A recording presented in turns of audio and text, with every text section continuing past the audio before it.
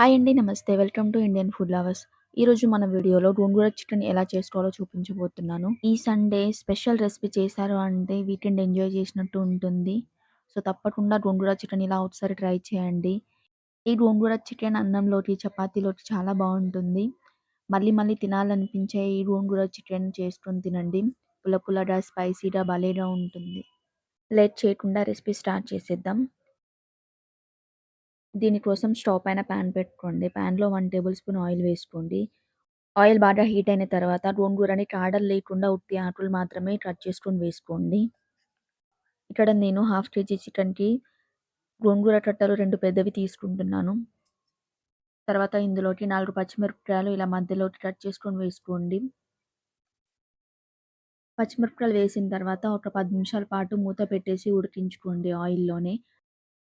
ఇందులో వాటర్ ఏం యాడ్ చేయకుండా ఓన్లీ ఆయిల్‌లోనే ఉడికించుకోండి. 10 నిమిషాల తర్వాత మూత తీసి చూస్తే గోంగూర అనేది బాగా మెత్తగా ఉడికి ఉంటుంది. ఇప్పుడు దీన్ని స్మాష్ చేసుకోండి. మీకు కావాలి అంటే గరిటెతో అయినా, లేదు అంటే పప్పు గుత్తితో అయినా సరే మెత్తగా దంచుకోండి. పచ్చిమిరపకాయలని కూడా మెత్తగా స్మాష్ చేసుకున్న తర్వాత ఈ గోంగూర పేస్ట్ అనేది ఒక బౌల్‌లోకి తీసి పెట్టుకోండి. తర్వాత ఇదే ప్యాన్‌లోకి 2 టేబుల్ స్పూన్ ఆయిల్ వేసుకోండి.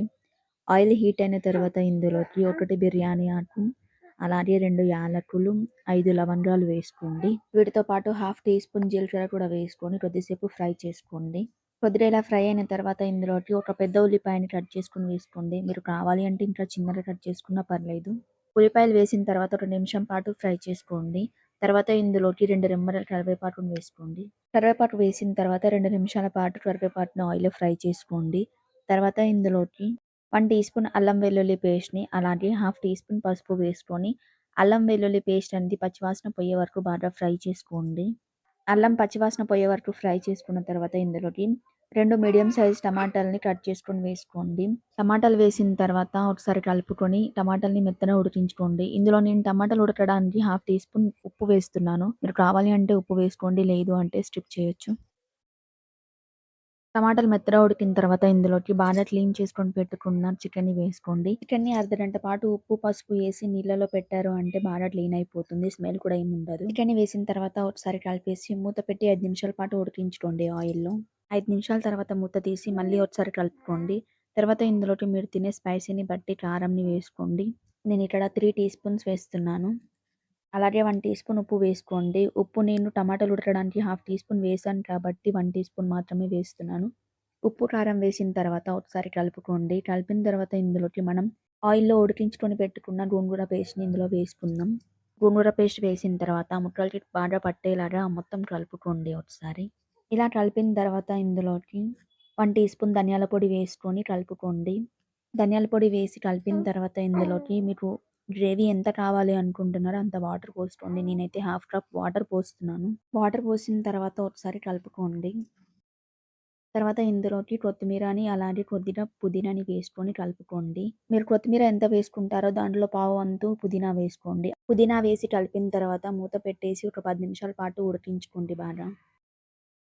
10 నిమిషాల తర్వాత మూత తీసి చూడండి బాగా ఉడికి ఉంటుంది. ఇప్పుడు ఇందులోకి 1 టీ స్పూన్ చికెన్ మసాలా వేసుకోండి. చికెన్ మసాలా వేసిన తర్వాత ఒకసారి అంతా కలుపుకోండి. 2 నిమిషాలు అలానే ఉడికించుకొని తర్వాత స్టవ్ ఆఫ్ చేసేయండి. అంతే అండి, గోంగూర చికెన్ రెడీ అయిపోయింది. ఎంతో రుచికరమైన గోంగూర చికెన్ రెడీ అయిపోయింది కదా! వేడి వేడి అన్నంలోకి కానీ, చపాతీలోకి కానీ వేసుకొని తిన్నారు అంటే చాలా బావుంటుంది. పుల్ల పుల్లగా గోంగూర చికెన్‌ని ఇంటికి రిలేటివ్స్ కానీ, ఫ్రెండ్స్ కానీ వచ్చినప్పుడు చేసి పెట్టండి. మీ వంటకి కన్ఫర్మ్‌గా ఫిదా అయిపోతారు. నేనైతే గోంగూర చికెన్‌ని వేడి వేడి అన్నంలోకి వేసుకొని తింటున్నాను. మీరు ఈ రెసిపీని ట్రై చేసి ఎందులోకి తిన్నారు అని, అలాగే టేస్ట్ ఎలా వచ్చింది అని కామెంట్ రూపంలో నాతో షేర్ చేసుకోండి. అలాగే ఈ వీడియో మీకు నచ్చితే లైక్ చేసి సబ్స్క్రైబ్ చేసుకోండి. తప్పకుండా మీ ఫ్రెండ్స్‌కి, ఫ్యామిలీ మెంబర్స్‌కి కూడా షేర్ చేయండి. Thank you for watching.